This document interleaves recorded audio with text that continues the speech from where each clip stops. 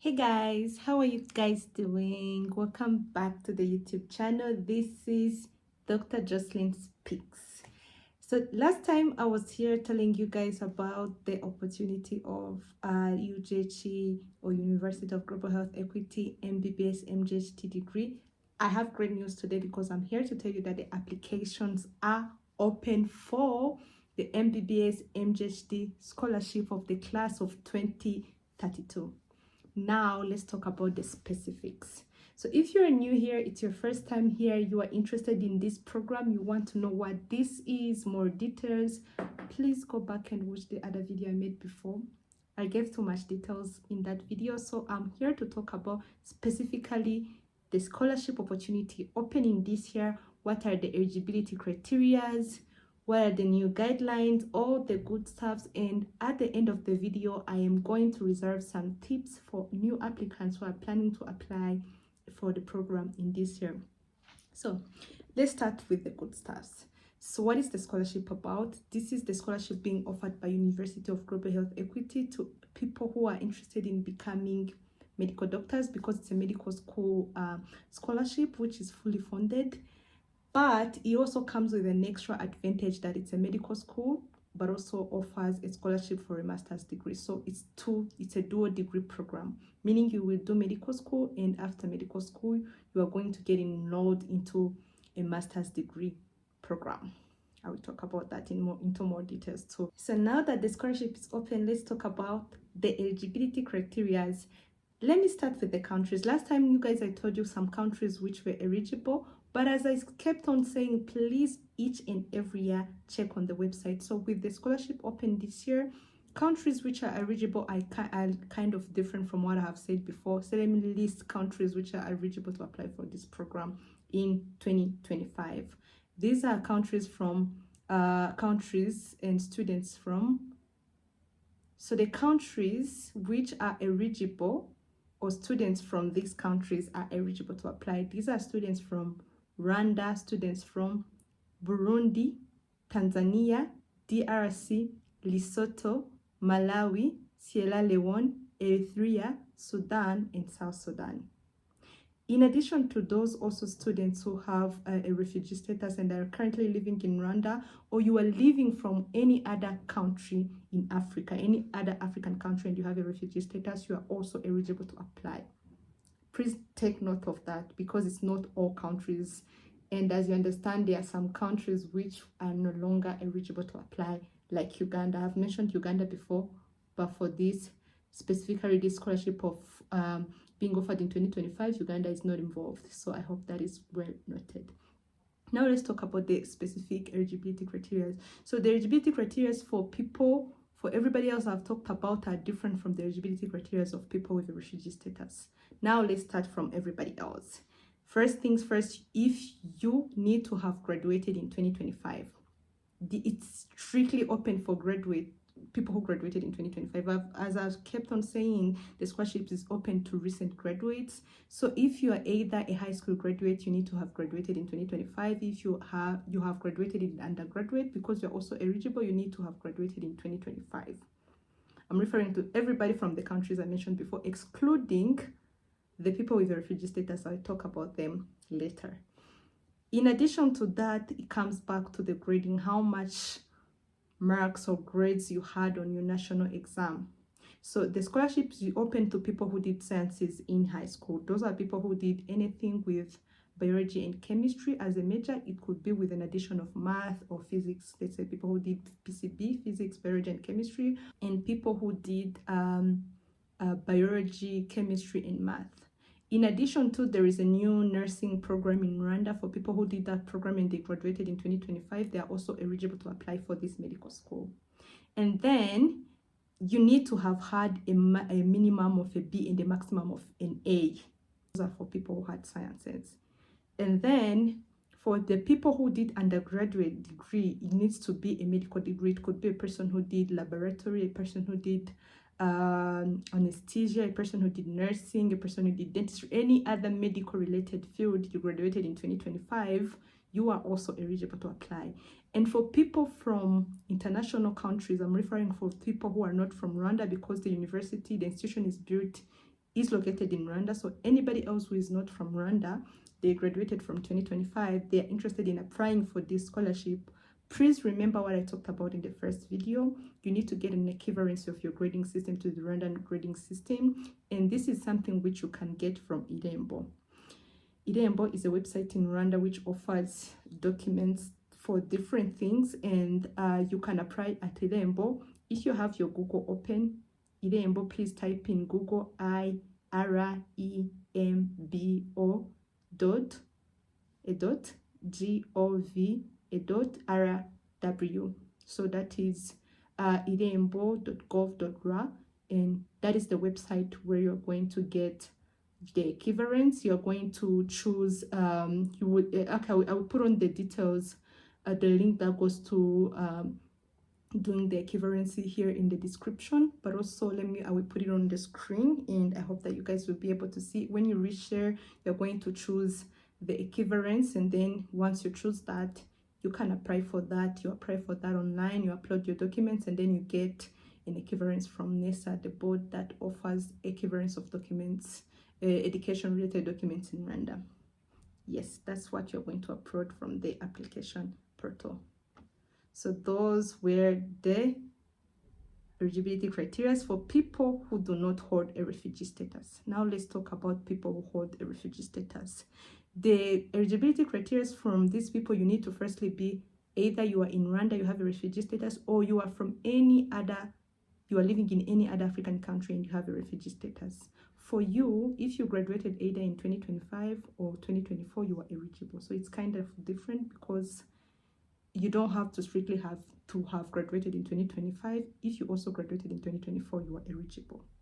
And you are also eligible if you did sciences, but also if you have an undergraduate degree and you did the other programs which I listed before. This could be something like laboratory, it could be something like anesthesia, it could be something like nursing. You are also eligible to apply. And for you, the grades are different. You need to have at least a minimum of a C in the sciences which you did, in the maximum of an A. This is strictly for people with a refugee status. The rest of everybody else, it's a minimum of a B and the maximum of an A.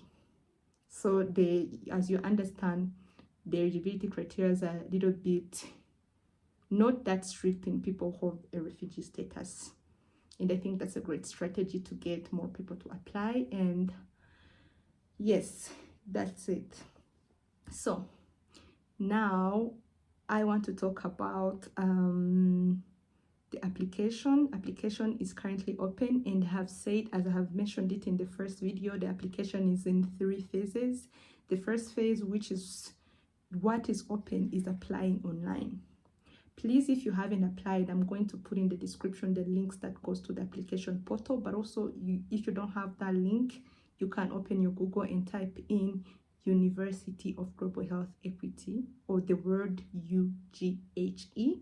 You can add in scholarship, you can add in MBBS, MGHD degree, but by the time the website opens for the university, you can go on admission, and on admission you choose the MBBS, MGHD degree, and down there you will see in apply the part where you need to apply.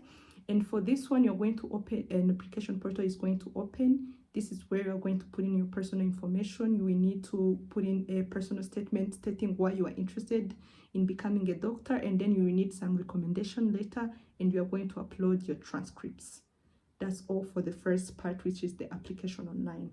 Secondly, after doing the application online, they select some people according to what you answered, people who made the inclusion criteria, and the rest of everything else. And after that, you go to the next stage, which is doing the exam. The exam, as I mentioned in the previous video, is made of, it's an exam you're going to do. People who are in Rwanda, you usually do it in person, but for international students, you usually take the exam online. I will go into more details in another video about the exam. And then after the exam, the exam is about sciences, so a little bit of math, chemistry, and biology. And then there is also a part of English to test your English proficiency. Because remember, as I have said, I don't know if I mentioned this before, but if you did a program and your first language is not English, let's say you did a program in French, you did a program in your local language, you are eligible to apply, but you need to prove that you know English. So you will need some language proficiency to prove that because the program is literally in everything is going to be in English, the whole program. Yes. And after that, they are going to, after you guys do the exam, they will choose some people. The people will go to the next stage, which is the interview stage. So on the interview stage, you guys are going to be interviewed by different people, and then they will select people who will get the fully funded scholarship. Yes. And I'm going to make another video that guides people applying step by step. What do you do? Everything you need. I'm going to that one I have promised. I'm going to make a video that guides you step by step on the application process. And I'm also looking forward to making a video that guides you guys on preparing for the exam. It's still too early. If you're applying, please, stick on the application. The first phase, we are going to go step by step. Now let's go on the tips. The first thing is, before I talk about the tips though, I want to clarify one thing.